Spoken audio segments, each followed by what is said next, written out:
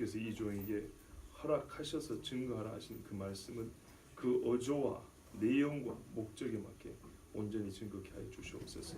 예수 그리스도의 이름으로 기도합니다. 아멘. 자,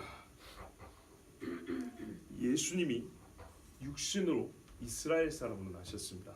믿으십니까? 아멘. 무엇보다도 육신으로 하면 육신을 따라서는 그리스도, 즉 메시아께서 이스라엘에게서 나셨다는 것이 바울이 말하는 이스라엘이 갖고 있는 그 고요한 선물, 그들이 받은 하나님의 영적 은혜 중에 대표적인 것이 절정이 바로 예수님의 이스라엘 사람들입니다. 우리가 로마서 1장 3절도 보면 그의 아들에 관하여 말하면 육신으로는 다윗의 혈통에서 나셨고 이렇게 말씀하고 있습니다.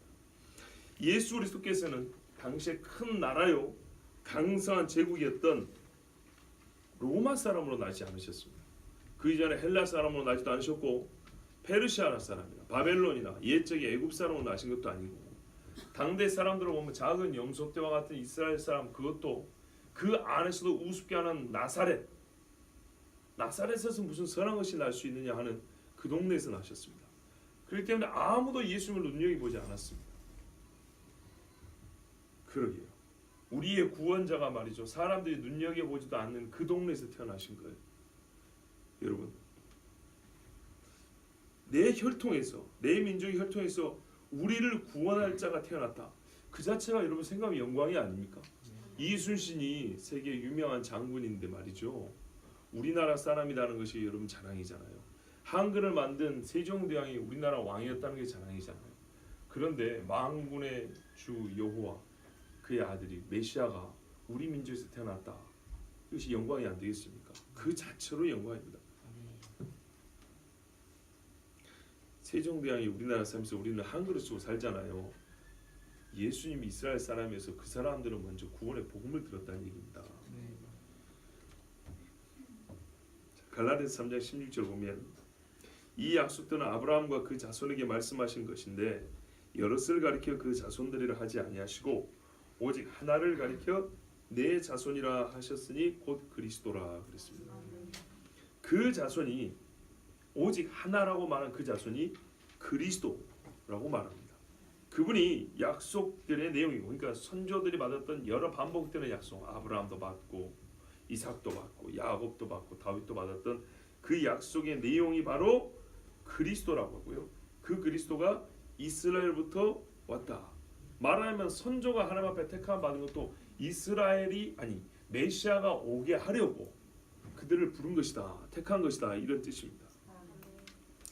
그러니까 앞에 언급된 9장 4절에 5절까지 양자됨, 영광, 언약, 율법을 세우신 그 예배와 약속, 조상들, 이 모든 것이 다 그리스도를 위하여, 그리스도가 이스라엘 사람이기 때문에 의미가 있는 것입니다.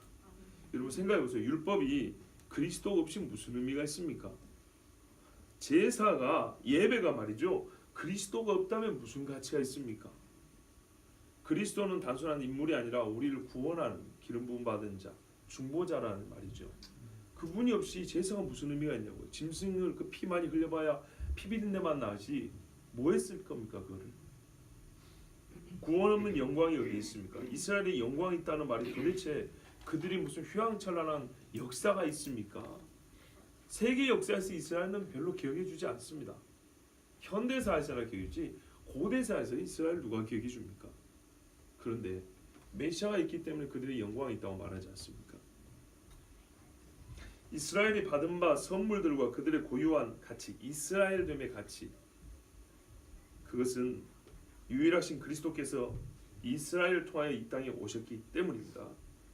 그리고 그것들이 이스라엘 사람들이 주어진 이유가 바로 하나님의 아들이 이스라엘 사람으로 오셔야 했기 때문입니다. 다시요, 아까 1장 3절에 뭐라 했다고요? 그의 아들에 관하여 말하면 육신으로는 다윗의 혈통에서 나셨고, 이게 복음의 핵심 내용이라고 들어있습니다. 하나님의 아들의 두 본성 중에 육신, 곧 인성에 관하여 말을 하려면 이스라엘 사람이요 다윗의 혈통에서 나셨다는 사실을 빼놓고는 아무것도 말할 수가 없다는 얘기입니다. 그러니까는 그리스도 예수님에 대하여 뭐랄까요? 예수님의 두 본성이 있죠. 인성과 신성이 있죠. 인성에 관하여 말을 할 것 같으면 이게 예수님의 두 본성 중에 한 본성, 말하자면 이렇게 표현하면 좀 틀린 말이 옳은 말 아닌데 표현상 맞지는 않은데 여러분 이해를 돕겠어요. 예수님의 50%는 어디에 달렸냐면 예수님이 이스라엘 사람이라는 게 달렸다는 얘기입니다. 이해는 쉽죠, 그죠? 옳은 말은 아닌데 이해는 쉽죠. 이렇게 50대 50을 나눌 수 있는 건 아닙니다. 그렇지만 이해를 말하자면 그거예요. 즉 예수님에 대한 성경의 진리의 서술들, 성경에 예수님에 관하여 나온 이야기들 중에 예수님이 이스라엘 사람이라는 사실을 빼면 50%는 빼먹게 된다는 말과 같다 이 말입니다. 그러니 제가 이스라엘 사람이라면 당연히 바울처럼 찬송을 부르겠어요. 여러분 같으면 안 그러겠어요? 이 우리 구원자에 관하여 영적인 것을 아예 얘기하지 않더라도 육신으로만 말하더라도 그분의 50%를 얘기하는데 우리 이스라엘이 상관이 있는 거예요. 그러니까 이렇게 노래하죠. 그는 만물 위에 계셔서 세세의 찬양을 받으실 하나님이시니라. 아멘. 나한테도 이렇게 찬양하겠어요. 바울이 얼마나 지금 기뻐하며 찬양하는지 이거를 그냥 큰 소리로 외쳐야 되는데 여러분이 설교 초반에 너무 진지하게 들으셨기 때문에 제가 이렇게 크게 부딪히지를 못했어요. 자, 마치 하나님의 진리를 거짓 것으로 바꾸는 자들에게 1장 25절 후반부에 보면 주는 곧 영원히 찬송할 이시로다 아멘하고 하나님의 신성을 우상의 그 형상으로 바꾸는 짐승의 모양으로 바꾸는 사람들에게 뭐랄까요? 맞서서 외친 말이 하나님은 그런 분이 아니다. 주는 하나님이 여기서 성부를 말합니다. 영원히 찬송할 이시지 그깟 우상의 모습으로 만들 그럴 뿐이 아니다 하고 바울이 말이죠. 이렇게 맞서서 외치듯이 한가득이 외친 말씀이 있죠. 그렇다면 여기서는 감탄이에요. 예수 그리스도가 누군가? 기쁨이에요. 우리 이스라엘 사람이 아닌가 하고 크게 기뻐하면서 감탄하면서 외친 말이 주는 곳 그는 만물 위에 계셔서 세세의 찬양을 받으실 하나님이시니라 이 말씀입니다. 그런데요. 바울은 이렇게 외쳤지만은 그 마음 한구석에는 이런 아마 심정도 있었을 겁니다. 그러게 이 귀한 예수님이 이스라엘 사람을 모셨는데 왜 우리 민족은 몰랐단 말인가? 그 무지에 대한 안타까움도 있단 말이죠. 앞서 이건 사실 우리가 나눠서 설교를 들어서 그러지 한 문단이고 한 호흡에 할 수 있는 말이에요. 그렇죠? 그 아쉬움과 안타까움이 여기에도 묻어 있는 겁니다. 자, 그러나 우리가 이 구절을 그러니까 그는 만물에 계셔서 세세 찬양을 받으실 하나님이시니라 아멘 이 구절을 한편으로는 바울의 찬송이요 감탄이고 또 한편으로는 바울의 안타까움과 서글픔이다. 이렇게만 하고 말씀을 마치기에는 뭔가 시간이 짧게 끝났다는 것 외에도 부족함이 좀 있습니다. 왜냐하면 이 말씀은 우리가 생각보다 상당히 중요하기 때문입니다. 어떤 의미에서 중요하냐? 또한 그 중요하기 때문에 상당히 큰 문제가 요즘에 야기된 게 있는데요. 그게 무엇인지 짚고 넘어갈 필요가 있습니다. 여러분, 그는 만물 위에 계셔서 찬송을 받으실 이시다. 이게 단순한 한 인간이라면 가능한 일입니까? 합당한 일인가요? 전혀 아니죠. 그래요. 이 말에는 뭐냐면요. 예수님의 신성에 대한 고백이 또 들어있는 거예요. 그러니까 1장 3절 4절 보면 육신으로는 다윗의 혈통에서 나셨고 육신의 이야기 있으니까 이제 영적인 이야기를 한번 해볼까? 성결의 영으로는 그 신성한 영을 가지고 계신 그분으로는 그러니까 처음부터 신성을 갖고 계셨는데 이걸 언제 알았냐? 육을 갖고 있을 때는 잘 몰랐는데 부활할 때는 확실하게 알았다는 거죠. 그래서 이렇게 나눠서 두 측면을 설명해 준 것처럼 바울은 여기서 육신으로 이 땅의 중보자가 우리 혈통으로 오셨다는 것에 대해 감사하고 감탄하면서 동시에 매우 중요한 진술, 고백이 들리는 겁니다. 그러나 그분을 육으로만 볼 것이 아니다. 육으로만 하더라도 우리가 충분히 감사한데 그분은 육으로 오신 그분을 그냥 육으로만 요셉의 우리가 알기로는 저는 요셉의 아들이 아니냐 유대인들이 그랬단 말이죠. 그렇게만 알면 안 된다는 거죠. 사실 이 앞에서 끊어버리면은 그 말들하고 다를 바가 없어요. 이스라엘 집에서 태어났다는 거 외에 뭐가 있겠어요? 근데 그분이 누구냐? 본래 하나님이시다는 거예요. 자, 그러면 과거의 유대인들이 우리가 알기로는 저의 아비는 요셉이요 어미는 마리아가 아닌가? 잃어버리면 예수님의 구원과 아무 상관이 없죠.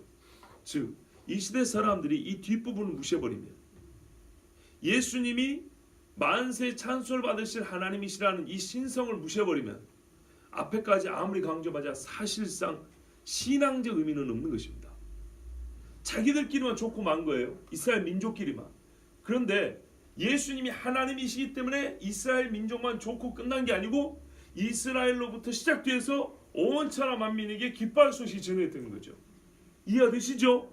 그러기에 이 못된 인간들은 말이죠. 그래 앞에 다 가져가라. 대신 뒤에 것만 내줘. 예수님은 찬송받으실 하나님이 아니야. 이렇게 주장하고 싶겠죠. 마귀가.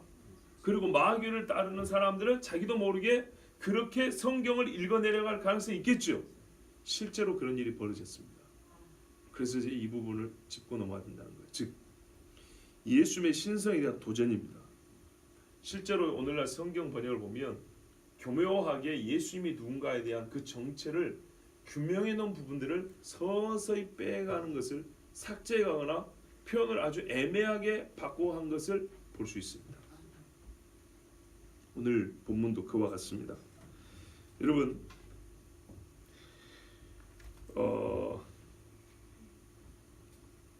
예수 그리스도가 이 본문에 의하면 하나님이신데 이 하나님이시다는 것을 부정하는 자들이 공격하는, 그러니까 예수님의 하나님이 아니다라고 말하는 것이 크게 두 가지가 있습니다. 하나는 바울이 이 말을 딱 한 번만 해요. 여기서. 그러니까 바울의 관습에 의해서도 그렇다는 것이 있고요. 또 다르게는 이제 그들의 행태입니다. 제가 말을 잘못했습니다. 그들의 행태가 어떻게 나타나냐면 성경 번역과 그들의 관점, 즉 해석에 의해서 나타납니다. 그런데 그 관점이라는 것은 바울이 지금까지 성경에서 예수님을 지칭하고 예수님에 관해서 말을 할 때 이렇게 직접적으로 예수님을 찬송한 적이 없다는 것입니다. 대표적으로 그런 주장이고요. 그래서 성경 해석을 자기들의 번역을 자기들의 그 해석에 따라 관점에 따라 바꾸어 했습니다. 근데 이것이 틀렸다는 것을 몇 가지 말씀을 드릴게요. 여러분 답답하죠. 말이 잘 안 나 답답하죠. 사실 제가 오늘 예배 시작할 때 상당히 기분이 좋았고 말이 시원시원하게 나올 것 같았는데 예배 시작하면서 뭔가 마음에 걸리는 게 한두 가지 생기면 이렇게 설교가 안 돼요. 여러분도 그렇죠. 여러분도 예배 시작할 때 좋았다가 뭐가 하나 딱 걸리면 뭐가 잘 안 되죠. 마찬가지예요. 그래서 제가 하나 지금 이건 부탁을 드릴게요. 되도록이면 예배 전에는 저한테 하고 싶은 말이 있거나 뭐 좀 어려운 게 있어도 끝나고 하세요. 나 개인은 시원할지 모르는데 지금 그런 일이 있었다는 건 아닌데 여러 성도들에게 이렇게 설교가 시원하게 안 돼요. 똑같은 사람의 성정이 있기 때문에 그런다. 불편한 게 있으면 이 말이 잘 안 나갈 때 있어요. 자, 이제 다시 해야 되겠어요. 그래서 예수님의 신성을 바울이 이렇게 말하고 있는데 그 신성을 부정하는 사람들이 있다는 겁니다. 부정하는 사람들에 대하여 그 심지어는 좋지 않은 의도가 있는데요. 그것을 이제 좀 짚고 넘어가고 그들의 말이 틀렸다는 것을 몇 가지 좀 설명해 드리겠습니다. 먼저 우리가 아무리 한국말로 봐도 지금 예수님 이야기하고 있는 것이지 5절에 보세요. 그리스도가 그들에게 나셨으니 그는 만물에 계셔서 세세의 찬양을 받으실, 여기까지만 보면 이게 성부, 성자, 성령 중에 누구한테 하는 얘기입니까? 성자 하나님한테 얘기하는 거죠. 너무 자연스럽다는 겁니다.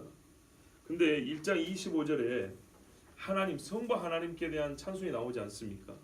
근데 그거는 그 맥락이 창조주에 대한 이야기이기 때문에 성부에 대한 찬송인 것이고, 여기는 육신으로 이 땅에 오신 그 아들에 관한 이야기이기 때문에 여기는 아들에 대한 찬송이에요.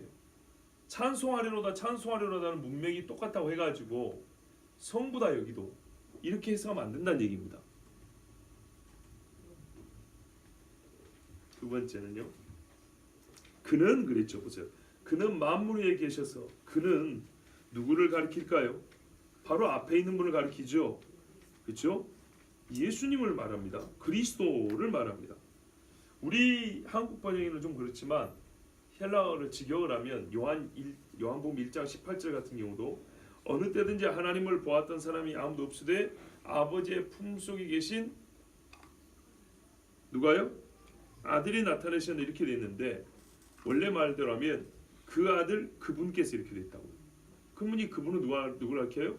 그 아들을 가리키죠. 그렇죠? 그러면 이것도 그리스도를 얘기한단 말이에요. 또 하나 아까 말씀드린 대로 1장 3절 4절을 보면 예수님의 두 본성을 잘 균형 있게 서술하고 있습니다. 그와 같이 여기서도 그리스도가 누군가에 대하여 육신적으로 또한 그의 신성 영적으로 균형 있게 서술하고 있다는 것을 우리가 이상하지 않게 볼 수가 있습니다. 네 번째는 뭐냐면 하나님께 찬양을 돌릴지어다. 보통 하나님 성부에게 찬양을 돌릴 때는 그렇게 표현합니다. 우리말로 번역하면 보통 하나님께 찬양을 돌릴지어다 이렇게 말하지만 본문은 그렇게 말하지 않습니다. 뭐라고 말하면 육신으로 하면은 그리스도가 그들에게서부터 왔다. 그는 만물 위에 계시고 그리고 그는 하나님으로서 찬송을 받으신다. 영원히 이런 말입니다. 아시겠죠? 자, 이걸 이제 뭐 헬라어나 영어로 보면 좀 더 정확한데 일단 우리말로 그렇게 바꿔서 표현할 수 있습니다. 뭐라고요? 그리스도가 육신으로 하면 그들에서 났다. 근데 그 그리스도가 만물 위에 있고 하나님으로서 영원히 찬송을 받으신다. 아멘. 이렇게 돼 있다고요. 그다음 다섯 번째는 우리가 알듯이 삼위일체로서 하나님은 성경 곳곳에서 성부에게 찬송을 돌린 그 말을 성자에게도 하고 성자에게도 한 말을 성령에게도 하고 똑같이 혼용을 합니다. 동등한 유격이요 동등한 신성이라는 얘기죠. 그리고 성경에 예수님에 대한 즉 성자에 대한 찬송이 직접적인 언급이 없냐 하면 매우 많이 있습니다. 때로 성부와 구별하여 함께 찬송을 한 부분도 있습니다. 몇 군데만 읽어드리면 우리가 잘 아는 빌립보서 2장 10절 11절에 하늘에 있는 자들과 땅에 있는 자들과 땅 아래에 있는 자들로 모든 무릎을 예수의 이름에 꿇게 하시고 모든 입으로 예수 그리스도를 주라 하시나요 하나님 아버지께 영광을 돌리게 하셨느니라 말씀이 있고요. 골로새서 1장 15절 17절에도 그는 보이지 아니하는 하나님의 형상이 모든 창조물보다 먼저 나신 자니 만물이 그에게 창조되되 하늘과 땅에서 보이는 것들과 보이지 않는 것들과 혹은 보호자들이나 주관들이나 정사들이나 권세들이나 만물이 다 그로 말미암아 그를 위하여 창조되었고 또한 그가 만물보다 먼저 계시고 만물이 그 안에 함께 섰느니라. 누구 이야기죠? 예수님 이야기죠. 예. 요한복음에도 잘 나와 있지 않습니까? 태초에 말씀이 계시니라 이 말씀이 하나님과 함께 계셨으니 이 말씀 곧 하나님이시니라. 그렇죠? 그리고 요한 계시록에 보면 5장 13절에 참 잘 나와 있습니다. 하늘 위에와 땅 위에와 땅 아래와 바다 위에와 또 그 가운데 모든 만물이 가로되 보좌에 앉으신 이와 어린 양에게 찬송과 존귀와 영광과 능력을 세세토록 돌릴지어다 이렇게 말씀하고 있습니다. 그렇기 때문에 성자에게 직접적으로 찬송을 돌린 구절이 없다라는 궤변이라든지 아니면은 본절이 이게 9장 5절 이 후반부가 그리스도에게 직접적으로 찬송을 돌리는 것은 바울답지 않다. 그래서 이거는 성부에게 돌린 찬송이라고 봐야 된다. 이렇게 말한 것은 옳지 않습니다. 그러니까 어떻게 번역을 하냐면 우리 한 책을 봐보세요. 그렇게 이상하게 번역하는 사람들은 그리스도가 그들에게 나셨으니 그런 다음에 하나님은 만물 위에 계셔서 세세토록 찬양을 받으실 분이다. 이렇게 한다고요. 그가 아니고 하나님으로 이렇게 바꿔버린다 이 말입니다. 아니 그럼 하나님이 세세토록 계시고 찬송을 받으실 분이 아니냐? 누가 아니래요. 그 사실에 대해서는 성경 곳곳에서 말하고 있습니다. 근데 이 본문에서는 예수님을 육신으로만 이스라엘 사람으로 보지 말고 그가 하나님이시라는 것을 알고 그분께 찬송을 돌려야 한다는 그 주장을 하고 있는 것이란 말이에요. 그러니까 굳이 여기서까지 그를 빼버리고 하나님은 만물 위에 계셔서 세세토록 찬양을 받으신다 이렇게 말하는 것은 하나님을 높이고자 하는 것이 아니고 숨은 의도가 뭐냐면 예수님의 신성을 부정하려고 하는 거다 이 말입니다. 이렇게 예수님의 신성을 부정하고자 하는 자들의 불량한 의도, 성경 번역이 잘 나타났다고 했는데요. 대표적으로 1861년에 아니 1881년에 영국에서 새로운 영어 성경 번역이 나왔어요. 그 전에는 킹 제임스 버전을 읽었거든요. 근데 RV라고 이제는 영어 개역 성경이에요. 영어 개역 성경. 거기에 직접적으로 이렇게 바꿔 번역하지 않았어요. 각 주에다가 뭐라고 되냐면 우리처럼 번역을 해놓고 밑에 1, 2, 3번 각 주를 달아놓고 전부 다 세 가지 다른 해석이 가능하다. 다른 번역이 가능하다. 이렇게 해놨어요. 그리고 다 세세토록 찬송을 받으신 하나님은 그러니까 세세토록 찬송을 받으시는 하나님이시다. 하나님은 세세토록 찬송을 받으시다.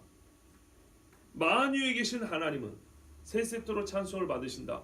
이렇게 번역할 수 있다. 이렇게 해놓은 거예요.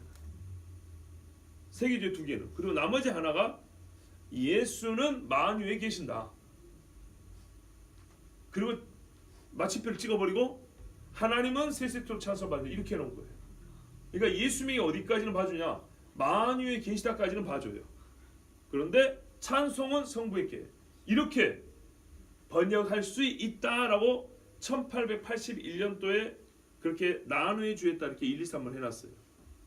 그런 다음에 1901년이 되니까 신약 성경 1961년도에 신약 성경으로 먼저 새 영어 번역이 나왔어요. NEB라고 뉴 잉글리시 바이블이라고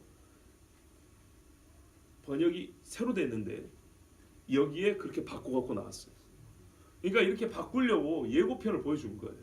서서히 사람들의 마음에 이렇게도 번역할 수 있어? 뭐 그럴 수도 있나 보다. 이렇게 돼가지고 한 80년 흐르니까 사람들 마음속에 그리 바꿔도 아무 문제가 없는 거예요. 그래서 NEB 같은 경우에는 뭐라고 하냐면 육신적인 혈통으로 말미암아 메시아가 저에게서 나오셨다. 이러고 마침표를 찍어요. 이 마침표를 어디다 찍는 게 중요한 거예요. 원래 마침표는 없는데 일부러 이따 딱 찍어요. 그런 다음에 만유에 높으신 하나님을 영원토록 찬미하리로다. 이렇게 번역을 해놔버린 거예요. 예수님이 찬송하고 아무 상관이 없게 되겠죠.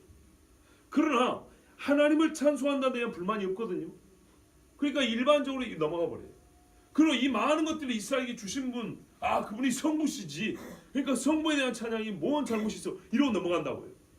하나님을 한 번 더 찬양한 게 아니고 성자를 찬송할 수 있는 몇 안 되는 구절, 이렇게 표현하면 좀 그렇지만 이거를 다 빼나가려고 하는 거예요. 이걸로 끝난 게 아니고요. 우리가 잘 아는 로마 카톨릭 공식 성경 RSV도 마찬가지예요. 그래서 이 사람들도 뭐냐면 이거 영어에도 보면 예수님이 육신으로 왔다. 그리스도도 유대인의 혈통을 따라 온 분은 바로 그리스도다. 이러고 마침표를 딱 찍어요. Is the Christ 하고 딱 찍는다고 마침표를. 그런 다음에 God who is over all 이렇게 나오는. 그가 만유에 계시고 이렇게 나가버린다고. 마침표를 찍어버리고. 이것이 우리나라 말로 번역된 게 공동번역이에요. 공동번역이 요즘에 카톨릭에서 보이는 성경이란 말이에요. 거기 뭐라고 되어 있냐면 그들은 저 훌륭한 선조들의 후손들이며 그리스도도 인성으로 말하면 그들에게서 나셨습니다. 만물을 다스리시는 하느님을 영원토록 찬양합시다. 아멘. 아멘. 아니 이건 아멘 하면 안 돼요. 잘못 번역했다는 얘기입니다. 봐보세요. 어떻게 돼 있다고요? 그리스도가 인성을 하면 그들에게서 나셨습니다 하고 마침표를 딱 찍은 다음에 이까지 끝. 그리고 새로 시작하는 거예요. 만물을 다스리시는 그 하나님도 아니고 하느님을 영원토록 찬양합시다. 아멘. 이렇게 해놨다고요. NASB New American Standard Bible 이게 미국 표준 성경을 할 수 있겠죠. 여기도 똑같이 돼 있어요.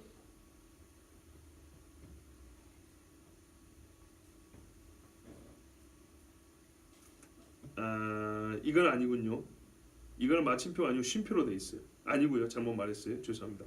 그 다음에 굿뉴스 트랜스레이션 있어요. 굿뉴스 성경이라고 들어보셨어요? 예. 거기에는 또 그렇게 돼 있어요. 예수님 이야기 그리스도 한 다음에 마침표를 딱 찍은 다음에 God may God 하나님께 있기를 하면서 이렇게 시작하고 있다고요. 이런 식으로 소위 말해서 공인된 번역들, 공적으로 번역돼서 판매되는 성경들 중에 이외에도 있습니다. 여러분 미국만 하더라도 번역 성경이 한 100가지 됩니다. 영어 번역만. 우리나라도 수십 가지 됩니다. 제가 가지고 있는 우리나라 번역만 하더라도 한 10가지 될 겁니다. 아마 그 정도 가까이 될 거라고 봅니다. 개인들이 번역한 것들이 있어요.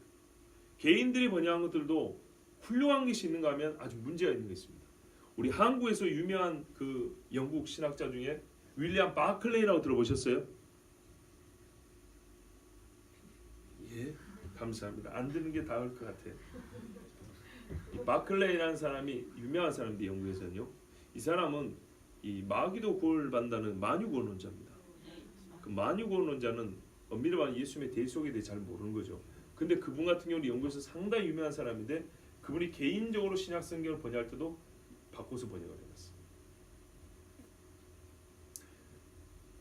하나가 문제가 생기면은 계속 문제가 생깁니다. 결국에는요 예수님의 신성 부정입니다. 요한 1세에 보면 오죽했으면 하나님의 아들이 육체로 오신 것, 신성과 인성이죠. 즉 예수님의 본성에 대해 잘못 말하는 사람들은 적그리스도다 이렇게 말합니다. 자 그러면 이 사람들이 이렇게 번역을 다르게 한 이유는요 신성에 대한 불신, 신성을 찬송하고 싶지 않기 때문에, 예수님의 신성을 인정하고 싶지 않기 때문에 그렇게 한 겁니다. 그러나 이게 얼토당토 않은 이야기인 걸 우리는 다 알지요. 예, 성경에서는 예수님 외에 우리 삼위 하나님에 대하여 곳곳에서 동일한 찬송을 드리고 있습니다. 그리고 문법적으로 이 사람들이 얼마나 악하냐면요. 다른 때는 성경을 못 믿게 하려고 문법 얘기하는데 이 부분에서 문법 얘기를 안 해요. 오히려 문법 얘기하면 아까 그가 예수님 그리스도를 말한 거거든요. 그래서 여기서는 관습상 그리고 신학적 해석으로 볼 때 이런 식으로 나옵니다. 그래서 예수님을 찬송하는 것을 거부합니다. 자, 결국 이렇게 하면 어떻게 됩니까? 그렇게 말하는 자기 자신을 예수님의 신성에서 떼어내 버리는 것이죠. 포도나무 가지가 줄기에서 스스로 떨어져 나가는 것과 똑같습니다. 자기 말한 그대로 본인은 예수님의 즉 하나님의 아들인 예수 그리스도와 아무 상관이 없다는 얘기죠. 여러분, 그리스도가 이스라엘 사람으로 오셨습니다. 바울의 이 명료한 진술에는 분명한 역사적 사실을 알리는 것 외에 이스라엘이 조상 때부터 행해온 모든 종교적 관습과 신앙의 행위가 무엇인지를 깨달을 수 있습니다. 그리스도가 없이는 그것들은 한낱 쓸데없는 인간적 수고에 지나지 않았을 것이지만 그리스도께서 이스라엘 혈통으로 오셨기 때문에 수천 년간 다른 민족들과 다른 믿음과 다른 행위로 살아온 이유를 가지게 되었다는 뜻이 내포되어 있습니다. 그러니까 앞에 말한 것이 예수님이 이런 분이기 때문에 의미가 있게 됐다 이 말입니다. 왜요? 그분이 약속된 구원자, 메시아이기 때문입니다. 바로 하나님이시기 때문에 하나님이 사람이 되어 우리 가운데 거하시는 일이 이스라엘 우리에게 나타났기 때문에 이 앞에 있는 것들이 의미가 있다 이런 말입니다. 그러니까 이스라엘 사람들이 우리 눈앞에 나타난 예수님을 몰라본다는 것은 얼마나 괴로운 일이고 슬픈 일인지, 같은 동족이라면 그 고통이 얼마나 클지 한번 생각해 보십시오. 그런데 이 물음에 대한 대답을 바울은 알고 있었습니다. 그러니까 왜 이스라엘 사람들은 몰랐는가에 대한 이 답을 바울은 알고 있었습니다. 10장 12절까지 읽어보면 알겠지만 바로 이방인인 나와 여러분의 구원을 위하여서 이스라엘이 그들의 죄도 있지만 우리의 구원을 위하여 무지하게 된 것입니다. 그들의 더러는 우둔하게 된 것 이렇게 표현하고 있죠. 예. 하나님의 구원 섭리 때문이라고 바울은 이에서 가르쳐주고 있습니다. 그렇다면 우리도 역시 바울과 같은 찬미를 그리스도께 드려야 마땅하지 않겠습니까? 그래서 우리가 찬미합니다. 그리고 이 시대 수많은 사람들은 이전보다 더 많은 성경을 읽고 있습니다. 그래서 더 많다는 것은 한 권을 많이 읽는다는 얘기가 아니고 다양한 번역본들을 접하고 있다는 얘기입니다. 그 다양한 번역본들을 솔직히 말해서 무엇이 옳은 번역인지 그리고 누가 어떤 의도로 이렇게 번역을 했는지 잘 모릅니다. 기독교 백화점 같은 데도 가서 보면 성경을 추천해달라 할 때 주로 쉬운 걸 추천해 줍니다. 읽기 쉬운 거. 말 뜻을 알아먹기 쉬운 거. 그러나 말 뜻을 알아먹기 쉽다고 해서 그게 옳은 것은 아닙니다. 여러분 되도록이면 현대어 성경이니 아까 카톨릭 성경 공통번역이니 새 번역이니 표준 성경이니 쉬운 성경이니 이런 것은 되도록 안 보기를 바랍니다. 참고로 할 때는 있습니다, 가끔. 그런데 그런 성경들은 말을 쉽게 하려다 보면 진리를 왜곡하는 경우들도 있습니다. 훨씬 가능성이 큽니다. 그렇게 보지 마시고 차라리 옛날 성경 보시면 됩니다. 지난 특별 우리 월사 기도회 때 그랬죠. 그리스도의 교훈에 창념치 아니함으로. 말이 어렵지만 이 말을 해석을 하고 나면 얼마나 정확한 말씀, 분명한 뜻인지 모릅니다. 창념, 부창하다 할 때 잠깐 붙어 있다는 거고요. 염자는 생각념입니다. 생각이 그리스도의 말씀에 붙어 있지 아니하면. 그런데 요즘의 번역은 어떻게 되냐면 그리스도의 말씀을 따르지 아니하면 이렇게 돼 있다고요. 어감이 완전 다르죠. 강조가 달라요. 그러니까 차라리 옛날 번역이 훨씬 낫다는 겁니다. 그리고 어려운 한자가 있으면 차라리 사전을 찾아보면 그게 하나님의 말씀을 옳게 이해하는 데 도움이 됩니다. 예, 요즘 신앙인들은 옛날 신앙인들의 고백과 다른 고백을 말하고 싶어 하기도 하고, 그러니까 새롭게 새로운 관점으로 말하고 싶어하는 그런 성향도 있고, 또 그런 성향을 부추기는 것이 새롭게 번역된 성경들입니다. 서로가 좋지 않게 상부상조하는 거죠. 돈 벌어주고 신앙 잃어버리고, 매우 교묘하게, 또는 어떤 이들은 신학이라는 이름으로, 새로운 해석이라는 이름으로 예수님의 신성이 배제된 사람으로서 예수님만, 그리스도가 아닌 나사렛 사람으로서만 예수를 듣게 하고자 가진 수단을 다 동원하고 있습니다. 실제로 신학 서적 중에 예수님의 신성을 빼버린 책들이 얼마나 많은지 모릅니다. 그런데 전문 신학 서적이면은 전문 신학자들만 그 연구하고 비판하고 할 거 아니겠습니까? 근데 일반 신앙인들이 딱 보기 좋게 제목을 그렇게 갖다 붙입니다. 우리가 몰랐던 예수. 교회에서 가르쳐주지 않는 예수에 관한 비밀 5가지. 뭐 이런 거 5가지 너무 적다. 50가지. 새롭게 읽는 예수. 그는 누구인가? 뭐 이런 식으로 해가지고요. 사람들이 혹하게 그런 제목을 붙여놓습니다. 그러면 내용들은 사실 다른 게 아닙니다. 예수님은 그냥 사람이었다는 거고 후대가 만드는 종교적인 허상이라는 겁니다. 거기에 다음에 예수는 페미니스트다. 여자들의 권리를 높여주기 위해서 평생 헌신했던 사람이다. 이 정도는 약과고 예수는 동성애자다. 대놓고 그리 나와요. 책 제목이. 책 제목이 그래요. 아니 예수님이 동성애자면 기독교는 동성애교네요. 아 왜 예수를 믿으니까? 예수님이 가지 팔자취를 따라 그렇잖아요. 이런 책들이요. 기독교 출판사에서 이 정신없는 인간들이 돈 벌어 먹으려고 찍어낸다고. 뭐 어떤 기독교 출판사는 안 내주니까 일반 출판사에서 찍어냅니다. 여러분, 당신같이 책이나 몇 권 보는 사람들이야 그런 데 관심 있고 그게 중요하다고 생각 아니요. 요즘에는요 책을 안 보는 사람들 어떻게 하는지 아십니까? 한두 페이지 프린트 복사해가지고 인터넷에 띄워요. 자기들이 보고 싶은 데만 몇 줄 골라가지고 발췌해가지고 소위 블로그라던데 올린다고요. 그러면 기독교, 개독교 욕하는 사람들이 딱 그것만 보고 올라가서 벌떼처럼 달려듭니다. 그럼 거기에 친구가 있고 가족이 있는 사람들 욕 안 얻어먹으려고 적당히 한 발 뒤로 물러서 줍니다. 그래서 교회 안에 점점 헛소리가 들어옵니다. 그래서 여러분, 우리 성경을 부지런히 읽고요. 이 세상에서 하나님의 말씀을 거스르는 자들이 무슨 말 하는지 한번 확인을 해봐야 됩니다. 내 자녀들이, 내 일가 친척이 교회는 다니는데 어느 교회에서 무슨 공부도 했다 그러고 신앙생활 한다 그러는데 과연 어떤 신앙을 가지고 있는지 물어봐야 됩니다. 어떤 성경 번역본을 읽고 있는지 그것도 한번 확인해 봐야 됩니다. 내 새끼가 먹는 음식도 이게 뭐가 들었는지, 몸에 좋은 게 들었는지 안 좋은 게 들었는지 확인해 본다면서요. 옷 하나도 나일론 많이 있는 거는 이 겨울에 정전기 일어난다고 잘 안 입히잖아요. 그런데 제가 뭐라고 말씀드립니까? 신학교에서만 이렇게 배운 놈들만 하는 게 아니고 대중적으로 팔리는 번역본들이 그렇게 받고 나온다 이런 말입니다. 쉽게 말하면 대한민국 카톨릭 교인들은 다 그렇게 배운다 이런 말입니다.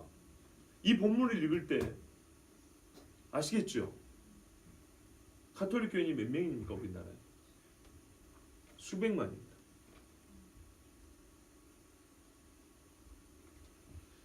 여러분, 그러므로 오늘 이 말씀 들은 여러분은 제가 비록 사자같이 포효하지는 못하고 우레와 같이 큰 소리로 여러분한테 외치진 않았지만 이 말씀이 우리의 지금 현재 이 정도 번역된 것만 하더라도 얼마나 중요한지 여러분 아시고 파수꾼을 지키는 자의 심정으로 말씀 지키기 바랍니다.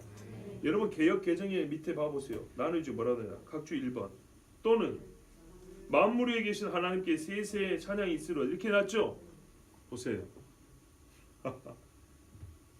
이게 지금으로부터 130년쯤 전에 영국에서 이렇게 해놨다고요.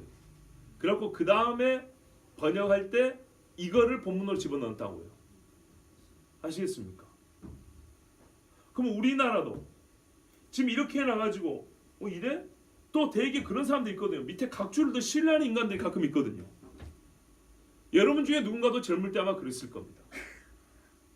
그렇다면 요즘에는요 의심하는 것이 깨어있는 사람 같고요, 뭐 좀 남들이 말 안 하는 거 말이야 뭐 있는 것처럼 보이는 그런 이상한 심리들이 있어가지고 요 밑에 것만 유심히 살펴보는 그런 분들이 있어요. 또 그래서 본문이 아니라 이 밑에 각주 달린 것을 더 신뢰하고 이걸 마치 본문처럼 가르치거나 말하는 그런 부류의 사람들도 있습니다. 자, 제 말이 틀리지 않죠? 우리도 이렇게 되냈죠? 이거 어디서 배웠을까요? 그러나 여러분 그거 아셔야 된다. 우리는 가끔 이래가지고 나중에 영어 성경 어디도 이렇게 돼 있어요 이렇게 한두 마디 하면 또 영어 너무 좋아하죠. 미국 가면 그냥 이러잖아. 그러다 보니까 그런 줄 알고 전부 다 꾸벅꾸벅 속이는데요. 영어 번역 성경 100권 중에 이렇게 이상하게 번역된 것이 수가 훨씬 적습니다. 대부분은 아직도 전통적인 이 번역을 그대로 고수하고 있습니다. 아시겠습니까? 그런데 우리가 100권을 다 훑어보진 않잖아요.